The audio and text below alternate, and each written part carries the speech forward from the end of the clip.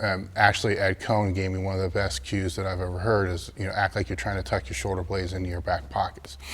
It's one of the best cues that I've had. I've told people. Get the fuck up. Simon says, get the fuck up. Throw your hands in the sky. All right, the question is, what do I recommend for movements and sets and reps to build up the lats for a raw bench press? Whenever I'm asked a question like that, I have like red flags that just go off all over the place, because usually the movement is the last issue if somebody has a sticking point of a lift. It always falls, everybody thinks that the solution's gonna be in some type of special exercise, where the solution most of the time is usually technical. So the first thing I'm gonna throw out there is make sure your technique is on point. That's a big thing, because if you're not in a position where you're keeping your lats tight, or you're unable to keep your lats tight, or your upper back tight, and you're saying lats, and I'm thinking, are you talking traps? Are you talking, actual lats? Are you talking arch with the erectors? I mean, there can be a lot of things that you're actually talking about. So is the body positioning correct? And your body positioning may be a little bit different than somebody else's. I'm not gonna come straight out and say that everybody has a different body position, because that's, frankly, it's just not true. Some people are gonna have their feet more in front, some people are gonna tuck, some people are gonna arch more than others. You just need to find a body position to where you feel tight. One of the tests that I use when I'm teaching people how to bench is I will get them into a tight position with their shoulder blades. Actually, Ed Cohn gave me one of the best cues that I've ever heard is, act like you're trying to tuck your shoulder blades into your back pockets. It's one of the best cues that I've had. I've told people pull shoulder blades together, all different types of things, but that's without fail the best cue that I've probably ever heard. And so if that's tight and I can't move you, you got your hands on the bar and you've unracked the bar and you're just holding the bar. If I come over and I just tap the end of the bar, that bar shouldn't move. Now granted, I'm not gonna slap it as hard as I possibly can, but that bar should not be able to move. If I go and I push my knee into your knee should not collapse in, your knee should not collapse out. If I push against your torso shouldn't move. It should just all be locked in and tight with the bench. Now we can start talking about, what you should be able to do for your lats and how important the lats really are. The lats they are extremely important for the bench, but not in the way that some people think, and at the same time, they're not as unimportant as a lot of people think as well. So let's just make this very simple and just say your lats are the ultimate stabilizer on the bench. All right, that's what's gonna keep the bench stabilized. That's what's gonna keep your body stabilized. That's what's gonna help keep the bar stabilized. So the lats need to be tight, and they are gonna be responsible for helping with controlling the eccentric, where it's gonna go, and how tight you're gonna be able to stay. Depending upon your bench form. Some people drop really fast and it's not gonna be as important, but it's still gonna be a controlling factor. So let's assume that you've made the determination that your lats are a weak point, and it's not your triceps, and it's not your shoulders, and it's not your pecs, which I'm gonna circle back and probably say, if I'm to guess, it's probably one of those other three that's your weak point and not the lats, but let's just assume that you did the due diligence and you determined that the lats are definitely the weak point. Then you wanna train your lats, in my opinion, on the same plane that you bench on. So you wanna be doing some type of rows. The type of row that you do is gonna depend upon how well you know to brace yourself. If you can't brace yourself for shit, then I don't like to have people do bent over barbell rows, because I don't wanna see people fuck their lower back up after benching and arching and all the other kind of stuff. If they know how to brace, it's completely fine. They're going to be stable, they're going to be strong, they're going to be tight. So in other words, if you know how to do a bent over row and you can do them correctly and you can do them strong and it doesn't bother your lower back, you know, fine.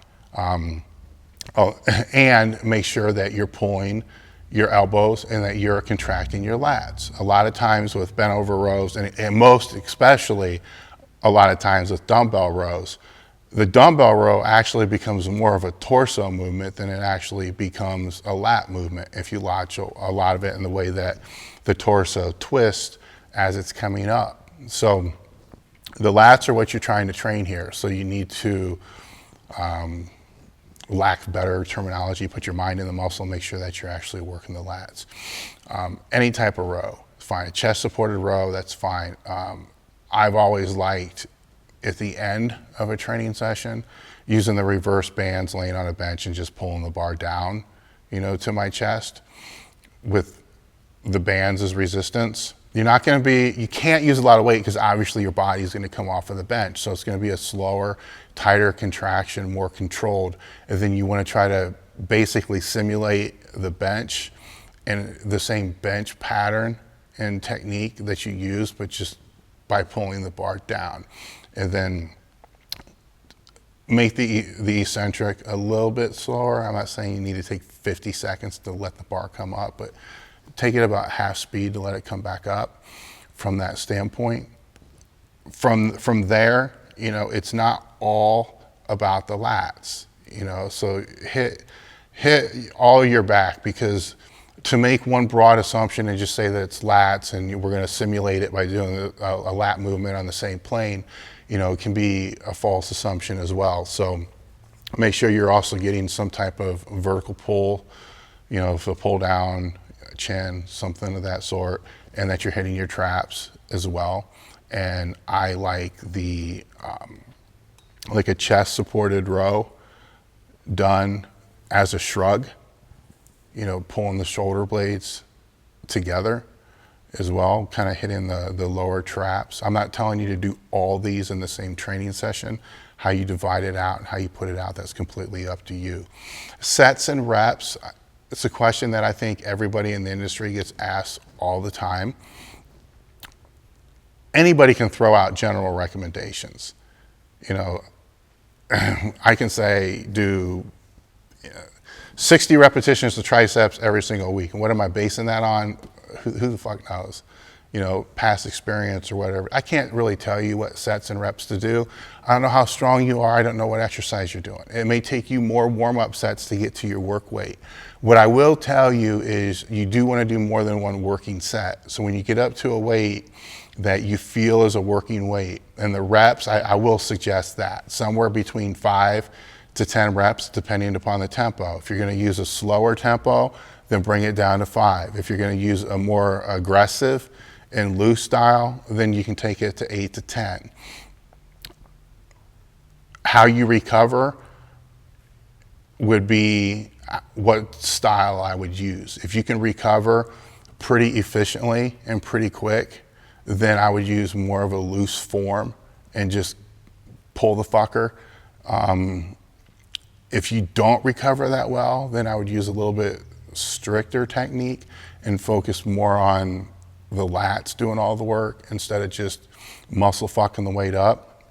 The reason why you will recover faster from that, and I've seen this with everybody, is the weight's going to be lighter and there's going to be less strain on the joints because the weight's going to be lighter, tempo is going to be lighter.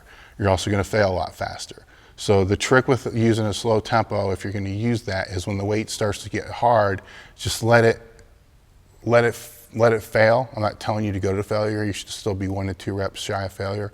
But when it starts to get hard, don't start to put, you know, a ton of momentum in it to get extra reps. It's defeating the purpose of using the slower tempo.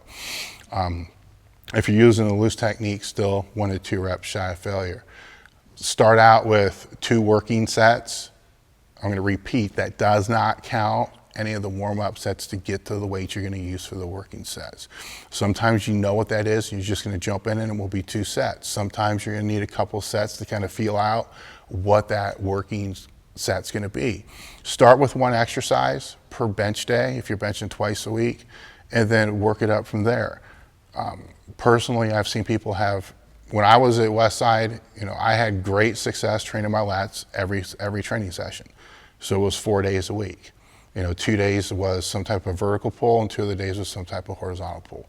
And every day was some type of face pull, and some type of trap type work was done every single time I was in the gym as well. But that didn't start that way. So you start with 1-2 times a week, and then 1-2 working sets, and then work it from there. I wouldn't take it more than 3 or 4 working sets. The best specific thing for a beginner or a novice to do is just something like, Dave, you got like 6 weeks of glycogen in your system right now. So I kind of knew it was going to be a long